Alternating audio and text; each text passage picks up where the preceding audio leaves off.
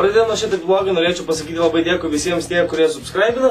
Ir iš karto norėčiau pasakyti, štai vėl aš jūsų ekranuose. Šiandienos temą pasirinkau labai didelį ir ją pamėginsiu apibūdinti per kelias minutės, būtent kokio ilgumo yra šitas video vlogas. O mano pasirinkta tema, kaip matote ir pavadinime, tai yra narkotikai bei jų žala. Aš nesu ekspertas toje srityje, nei karto nesu naudojęs bei kažką panašaus, bet visą savo žinias imu iš interneto ir papasakosiu tai, ką skaičiau jums.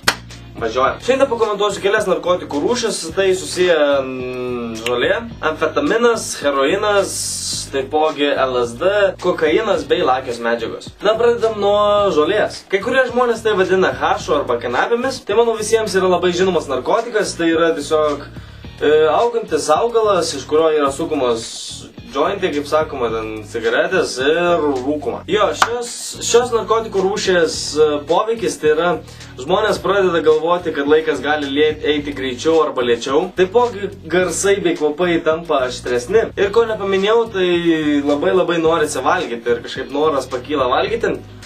Šalutinis poveikis tai yra toks, kad gali atsirasti haliucinacijos, na, pavojų šiam narkotikui tai tikrai yra. Dauguma žmonių gal galvoja, parūkysiu, šiandien nieko tokio neatsitiks ir panašiai, bet po ilgo rūkymo žolės galima prie jos priprasti. Tai jeigu esate bandę, šunuoliai, jeigu nebandėte, nebandykite mano. Taip, važiuojam su heroinu. Kitaip vadinamas heris, haris ir taip panašiai kažkaip visai. Heroinas tai yra įdurima į veną. Kai jūs naudojate heroiną, jūs tiesiog jaučiatės, nežinau, atsipalaidavę, labiau ramumą, tokį svajingumą ir panašiai. Sumažėja skausmo pojūtis bei agresijos pojūtis. Heroino poveikiai šalutiniai būtų tokie kaip užkietėjimas bei kvėpavimas sunkesnis pasidaro ir tiesiog negerai geriau tai daryti. Vienu žodžiu, heroinas yra pats didžiausias šūdas, tiesiog nenaudokite nei už ką. Tiesiog nedabandykite ir iš viso, kam iš viso patinka durtis adatą savo ranką ir tiesiog, kad pasijaustum geriau. Tiesiog net nepatik. Na kągi, važiuojam prie kokaino, kaip kiti sako, koksas. Kokainas yra toks dalykas, kai jūs gaunate labai daug energijos, jūsų budrumas pasidaro labai toks. Jį galima rūkyti, bet galima ir tiesiog įtraukti per nosį. Jo poveikis yra maždaug apie 20 minučių. Jo, kokaino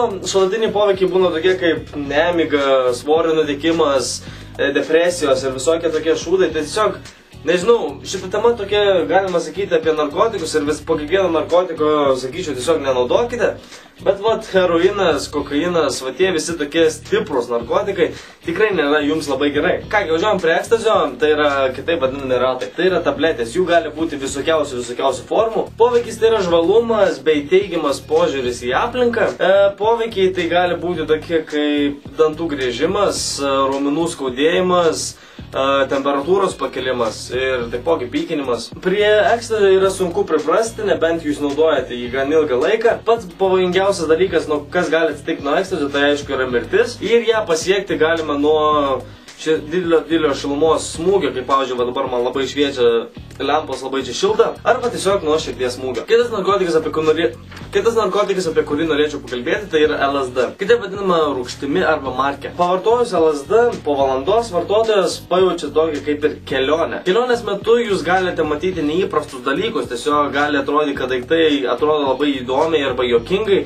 Garsai gali būti negirdėti, bei kvapai visokie tokie keisti. Kelionės poveikis gali tęstis maždaug apie 12 valandų. Poveikis kelionės, kokį jūs patirsite, yra gan labai sunku nuspėti. Tai gali būti labai gera arba labai bloga kelionė. Blogą kelionę galite jūs matyti, kaip jūs mirštate ar kažkas panašaus, ir jūs ją patirsite, jeigu jūs naudosite LSD prieš būdamas labai blogoj nuotaikoj, depresijoje ir kažkas panašaus. Jo, kas labiausiai prajokino mane, kai skaičiau apie LSD, tai yra tas, kai tu keliauji kelionėje, tu pamatai grybus ir tu galvoji, kad tai yra stebuklingi grybai. Ir vienas iš pavojų yra tai, kad gali suvalgyti nuodingus grybus. Grybas! Na ir pats paprasčiausias narkotikas, tai manau, kurį kiekvienas gali gauti, tai yra klijai. Iškart sakau, kad tai yra N16. Tikrai niekam nerekomenduoju niekados net pamėginti uostyti ten klijų. Aišku, ten gali su draugais paprikolinti, tipo, ai, pavošiau, čia klijų dabar apsinešęs visas esu, tipo. Ne, taip nėra, nebus, jūs turite jų uostyti gan ilgesnį laiką, bet aš tiesiog nepalinkėčiau jums to daryti, nes nesibaigs gerai. Kai uostate klijų, jūs galite atrodyti kaip ir prisigėręs, tas pats poveikis galima sakyti kaip ir alkoholio. Taipogi, ko nepaminėjau, Airijoje žolė yra antra pagal labiausiai naudojančias blogasias medžiagas po alkoholio. Iš tikrųjų, čia universitete gyvendamas pastebėjau, kad daug žmonių iš tikrųjų rūko žolę. Įsėdė į autobusiuką, kad tave pavežtų iki mokyklos ir tenai tiesiog sėdėdamas gali užuosti žolės kvapą arba tiesiog matyti žmonės tokius linksmus. Šito vlogo informaciją visą traukiu iš interneto, tai nežinau, kiek jinai yra tiksli ar netiksli, bet tai yra, manau, gan grubus kelių narkotikų rūšių apibūdinimas. Ir klausimas jums. Pavyzdžiui, mano nuomonė yra tokia, kad cigaretės yra narkotikas, nes jose yra medžiagų, kurios yra priskaitomos prie narkotikų rūšies. Tad norėčiau paklausti dabar jūsų, ką manote, ar cigaretės yra narkotikai ar ne. Taipogi komentarus parašykite, ką jūs manote apie narkotikus bei narkotikų vartojimą. Ir ar kada nors mėginote ar mėginsite pamėginti vieną iš narkotikų, kuriuos paminėjau šiame video vloge. Pasiėmiau tokią gan rimtesnę temą, paprikolinti nelabai kažkaip taip ir buvo galima šioje temoje. Tai vat, jeigu norite, galite parašyti temą apačioje taipogi, ką norėtumėte išgirsti bet kitą video vlogą. Tai kągi, šiam kartui tiek ir iki susimatymo trečiadienį.